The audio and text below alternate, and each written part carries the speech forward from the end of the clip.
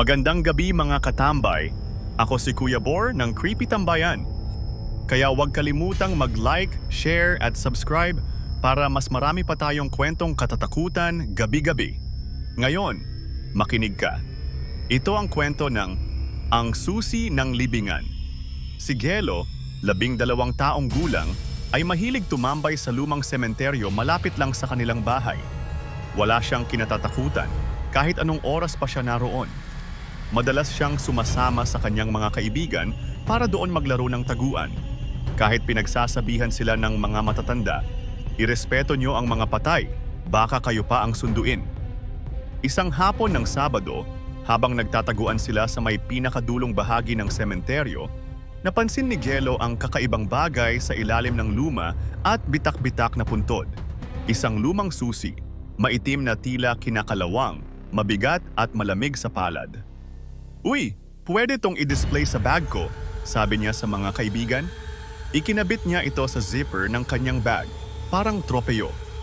Nagpatuloy sila sa laro, pero nang sumapit ang dilim, tila nag-iba ang ihip ng hangin.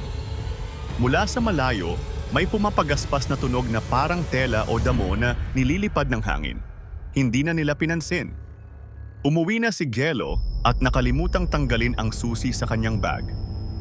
Pagsapit ng hating gabi, nagising si Gelo. May ingay sa may bintana. May kumakalampag sa kanilang bintana. Pinagpawisan siya ng malamig. Dahan-dahan siyang lumingon. Sa likod ng kurtina, may anino ng kamay. At kasabay ng pagkalampag, isang boses ang paulit-ulit, "Ibalik mo na! Ibalik mo na!" Hindi niya magawang kumilos. Nanginginig ang kanyang mga tuhod. Pinilit niyang humiga at pumikit, pilit pinaniwala ang sarili na bangungot lang iyon. Ngunit kinabukasan, paggising niya, nakabukas ang kanilang bintana. Sa gilid ng kama niya, may marka ng maputik na kamay. Lumipas ang mga araw, gabi-gabi na siyang ginigising ng kalampag. Paminsan-minsan, makikita niya ang itim na anyo sa labas ng kanyang bintana. Minsan, nagising siya na bukas na ang bag niya. Ang susi, lumilipat ng pwesto mag-isa. Sinabi niya ito sa kanyang nanay. "Anak, huwag kang magbibiro ng ganyan. Nagpaparamdam lang yan kasi baka may nakuha kang hindi para sa'yo." Pero hindi siya pinakinggan, kaya kinausap niya ang kaibigang si Makoy. "Putek ka tol, balik mo na lang kaya diyan kung saan mo nakuha." Nang gabing iyon, nagplano na silang ibalik ang susi. Pero bago pa sila makabalik sa sementeryo, mas tumindi ang pangyayari. Habang tulog ang lahat, biglang nagising si Gelo sa malakas na sigaw mula sa labas ng bintana. "Ibalik mo na!"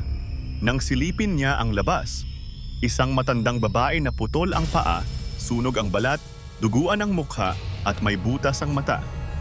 Dahan-dahan itong gumagapang papalapit sa kanyang bintana habang kinakalampag ito ng walang tigil. Kinalampag ang bintana. "Ibalik mo na! Ibalik mo na! Ibalik mo na!" Tumili si Gelo.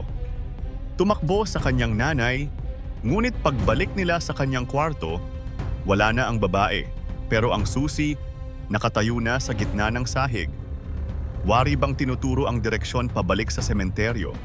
Kinabukasan, kahit takot, binalikan nila ni Makoy ang sementeryo. Dinala niya ang susi.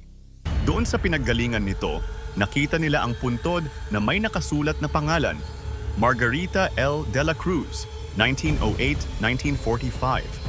Sa ilalim ng pangalan, nakaukit ang, "Huwag kailanman kukunin ang hindi para sa iyo." Ibinaba ni Gelo ang susi sa mismong puntod. Nang bigla, may humawak sa kanyang kamay. Isang malamig, madulas na kamay mula sa ilalim ng lupa. Hinila siya pababa. Tinulungan siya ni Makoy, sabay nilang inihagis ang susi pabalik at nagtakbuhan palayo. Simula noon, tumigil na ang mga kalampag. Tumahimik na ang gabi. Pero isang linggo makalipas, nang maglinis si Gelo ng kanyang bag, may nakapulupot sa zipper nito. Isang lumang punit na label. Nakasulat dito, "Ikaw na ang susunod na susi." At dito na nagtatapos ang ating kwento. Ako muli si Kuya Bor ng Creepy Tambayan. Kaya huwag kalimutang mag-like, share at subscribe para sa mas marami pang kwento ng kababalaghan. May sarili kang kwento? isend lang sa tambayancreepy@gmail.com.